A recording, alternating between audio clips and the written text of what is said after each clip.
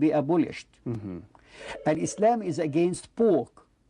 So there are thousands of pig farms, you know, in the United States will have to shut down.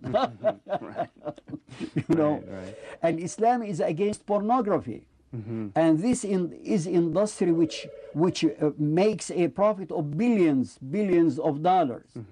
Al-Islam is against, for example, illicit drug trafficking. Yes. Al-Islam is against the industry of alcohol, for example.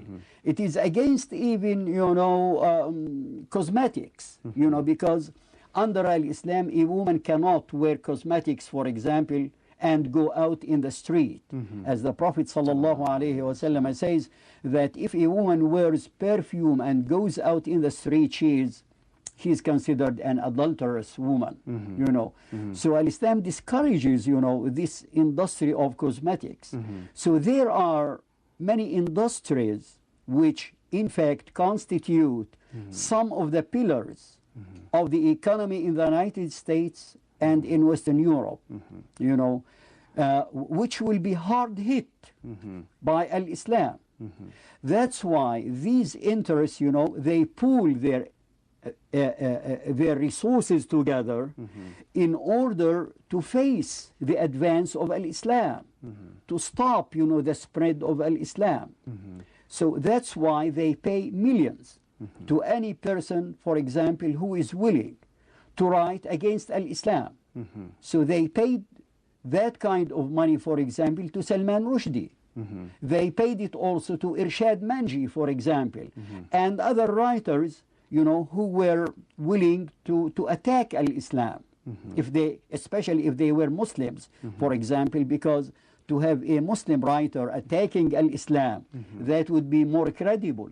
People will believe, they would say, well, this is a Muslim who is attacking Al-Islam. Al-Islam must be something indeed, must be vicious, must be bad, must be ugly, you know. So that's why, you know, the common people, you know, the public, the American public and the public in Western Europe they were caught in the crossfire. You know, Muslim imams defending Al-Islam and those who represent those industries, you know, attacking Al-Islam. So the American public was caught in the crossfire. They don't know what is the fact, you know, what's the true thing about Al-Islam. Right. You know, let me ask you another question. Now you see you have a lot of people who are giving a negative image via the media about Islam. Do you find that in spite of that, many people today are still accepting Islam? Yes.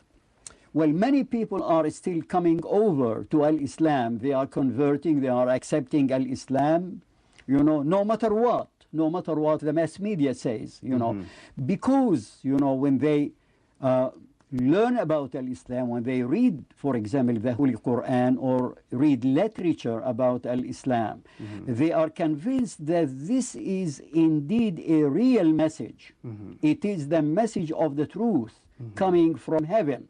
It's not something, for example, something light or something like, for example, to make fun of, or it is very serious.